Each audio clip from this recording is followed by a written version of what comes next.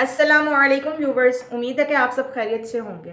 آپ کی دینوی اور روحانی رہنمائی کے لیے ہم بڑی کوشش سے پروگرام مرتب کرتے ہیں۔ اس کی حوصلہ افزائی اور ترویج کے لیے ضروری ہے کہ آپ بھی اس چینل کو سبسکرائب، لائک اور شیئر ضرور کریں اور صدقہ جاریہ میں شامل ہو جائیں۔ آئیے اپنے پروگرام کا آغاز کرتے ہیں۔ السلام علیکم ڈاکٹر صاحب۔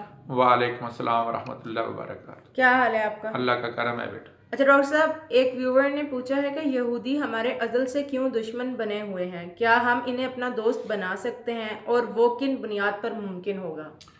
بسم اللہ الرحمن الرحیم۔ السلام علیکم ویورز۔ یہ ایک تاریخی حقیقت ہے کہ یہود جو ہے ایک عرصہ سے جس نبی کا انتظار کر رہے ہیں، ان کے بارے میں ان کے معلومات جو ہیں اس میں بڑی پرابلم ہوئی۔ حضرت عیسیٰ علیہ السلام سب سے پہلے آئے، اور عیسیٰ علیہ السلام چونکہ یہود میں ہی آنا تھا، بنی اسرائیل کے اندر ہی آنا تھا، لیکن وہ حضرت عیسیٰ علیہ السلام کی قدر نہ کر سکے اور ان کی مخالفت کرتے کرتے انہوں نے اپنی طرف سے مصلوب کر دیا۔ حالانکہ اللہ تبارک تعالیٰ نے ان کو آسمان پہ اٹھا لیا زندہ، اور ان کے لیے یہ معاملہ شبہ والا کر دیا، اشتباہ میں ڈال دیا۔ یہودی سمجھتے ہیں کہ ہم نے ان کو قتل کر دیا، سولی چڑھا دیا، اور عیسائی سمجھتے ہیں کہ قتل تو ضرور ہوئے تھے لیکن بعد میں اللہ تعالیٰ نے ان کو پھر زندہ کر دیا، اور وہ پھر زندہ ہو کر ہمارے گناہوں کا کفارہ ادا کر کے چلے گئے۔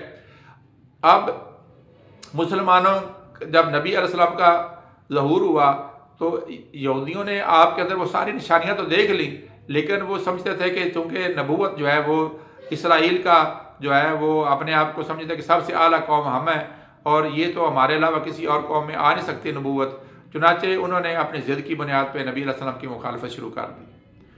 تو دوستو، یہ بڑی اہم سی بات ہے کہ یہودی جانتے ہوئے چونکہ مسلمانوں کے مخالف ہیں، اس لیے جو بندہ جانتے ہوئے مخالف ہو وہ کبھی بھی کسی کا دوست نہیں بن سکتا۔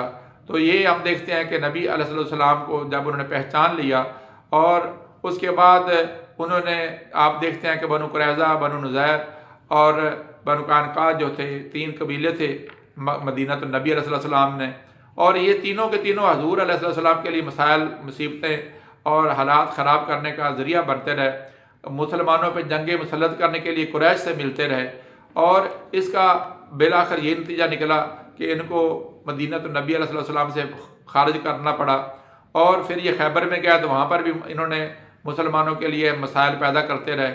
پھر غزوہ خیبر ہوا اور رسول اللہ علیہ السلام نے قریش سے صلح کرنے کے بعد ان پہ حملہ کیا۔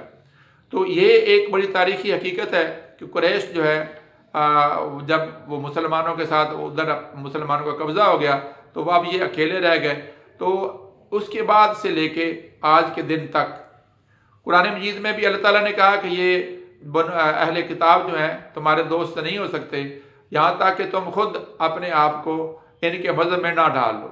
تو دوستو، کوئی یہودی یا کوئی عیسائی جو ہے وہ کبھی بھی مسلمانوں کا دوست نہیں ہو سکتا۔ البتہ قرآن مجید کی جو بات ہے وہ یہ ہے کہ یہودیوں کی نسبت جو کرسچنز ہیں وہ نرم مزاج کے ہوتے ہیں، اور ان سے مسلمانوں کو اتنا زیادہ اندیشہ نہیں ہے جتنا کہ مسلمانوں کو یہود سے ہے۔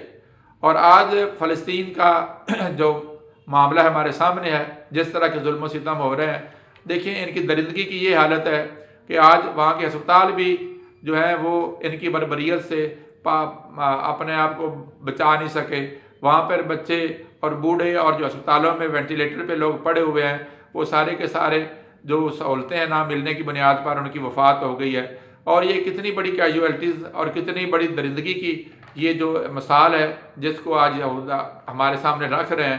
تو دوستو، یہ اس کا ایک ہی علاج ہے، اور وہ علاج یہی ہے کہ مسلمان اپنے آپ کو نئے سرے سے تن و مند کرے، اتحاد کا مظاہرہ کرے، اور جو ہمارے اندر نفاق کی بیماری ہے اور جو ہمارے اندر اتحاد کی کمی ہے، اس کو دور کر کے جب ہم اتحاد کے ساتھ اور اپنے اندر مسلمانی جذبہ پیدا کر کے ایک جسد کی مانند، ایک جسم کی مانند اکٹھے ہو جائیں گے تو انشاءاللہ تعالی یہ یہودی جو ہیں ان کا ہم موثوقت کلا کما کر سکیں۔